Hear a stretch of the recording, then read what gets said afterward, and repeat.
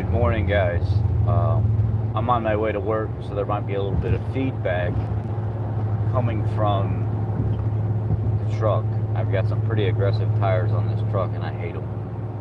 Anyway,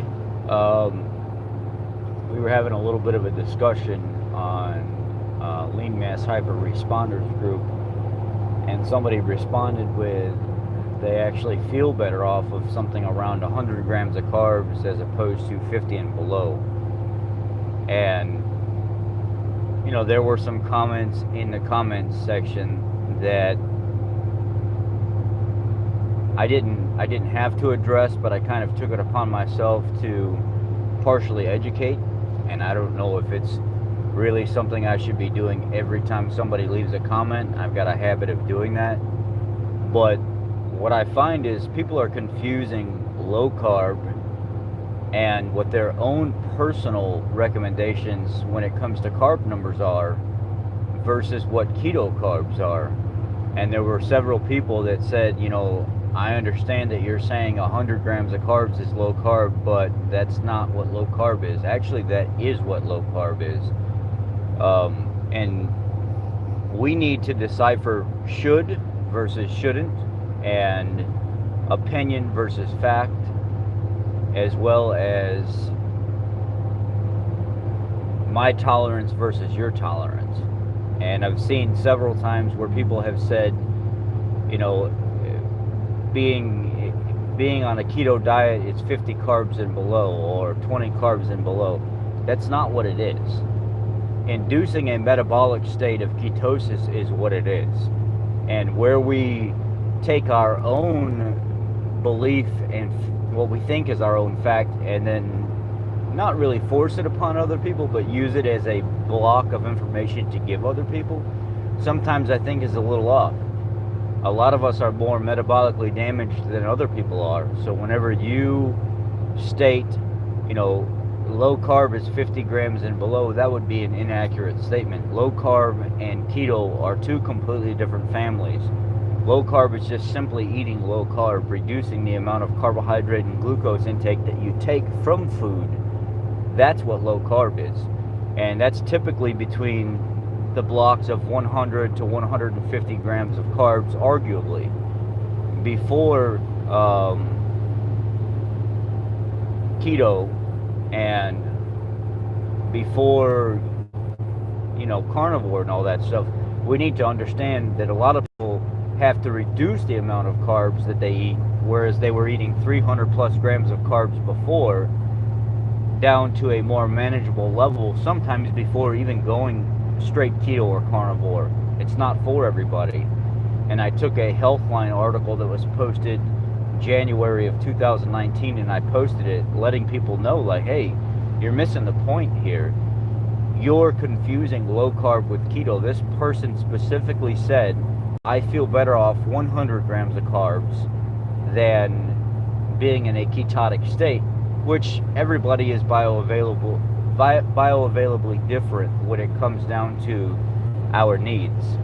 And I often see people, take their information, instead of clearly stating, this is what works for me, they almost force it on other people in not so much a forceful way as relaying the message as this is fact, and it's not fact. In my correction or in my comment back to them is, I've been in a heavy training state for a week and been able to have up to 70 grams of carbohydrate in that heavy training state and still end up managing 70 grams of carbohydrate and still being 1.0 millimolar on my ketone meter and still being in a nutritional state of ketosis and still having that healing benefit. When you break down what a nutritional ketosis is, it's just a level of maintaining a carb threshold that your body's okay with that allows you to be in that metabolic state.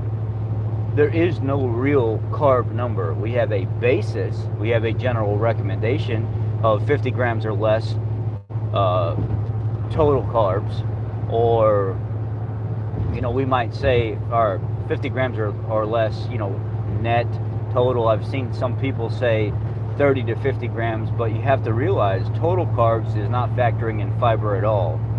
And the more research we do and the more we listen to people, we network with people, we realize that net carbs is not even the way to do it, because fiber doesn't act the same way on everybody. Fiber doesn't act upon the digestion of carbohydrates the same way as it does you versus me. So I might have to have 20 grams of total carbs per day to be in that really good nutritional level of ketosis, as to where the next person can have up to 50 grams of carbohydrates per day. I might factor in fiber whenever I do my calculations for my macros. You might not have to, not even have to, you might not be able to factor in fiber because it affects you that much. So you have to count every single carb.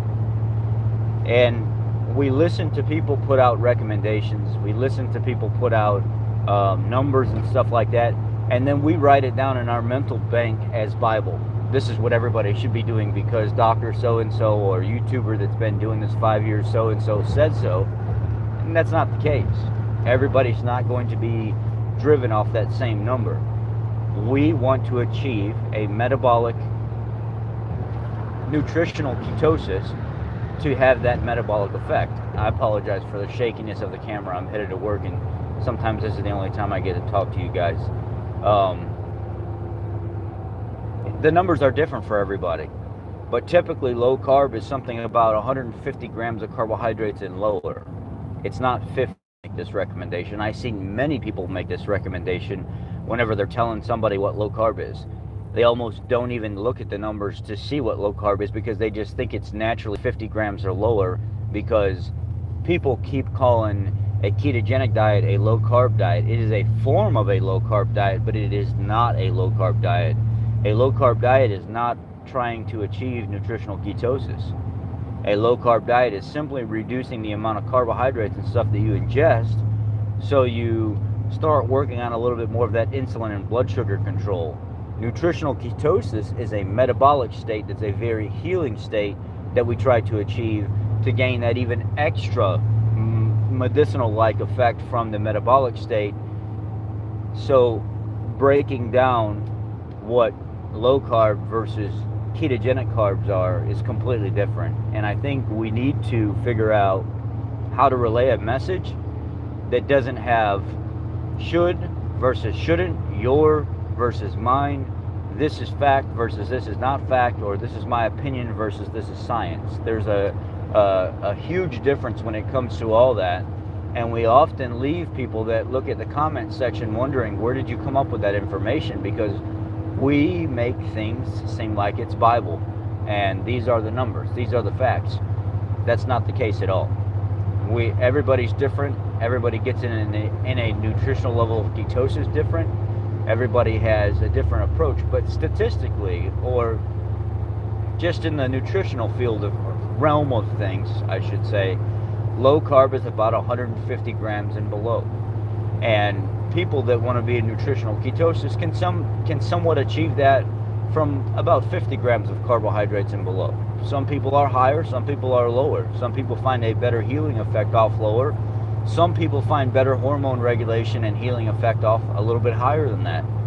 So paying attention to how we relay a message as fact versus opinion is really key whenever you're helping somebody, especially when you're coaching somebody or giving somebody advice, because you have people that have been doing something for a year and a half, 2 years, and all of a sudden they think what works for them is going to be what's written in stone for everybody, and that is not the case. So I guess that's just a little message this morning that I wanted to talk to you guys about. Maybe get your opinion on what you think. What do you think about all the fact versus my experience?